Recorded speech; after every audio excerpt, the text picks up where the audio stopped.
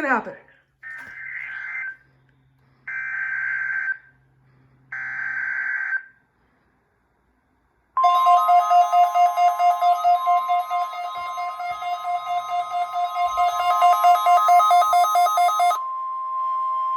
This is a test of the National Weather Service NOAA Weather Radio Warning Alarm System.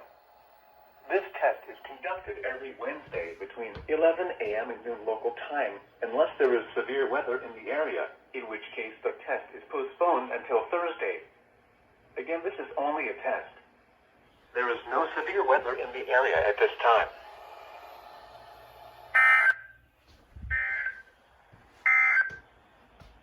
This is a test of the National Weather Service NOAA Weather Radio Warning Alarm System. This test is conducted every Wednesday between 11 a.m. and noon local time, unless there is severe weather in the area, in which case the test is postponed until Thursday. Again, this is only a test. There is no severe weather in the area at this time.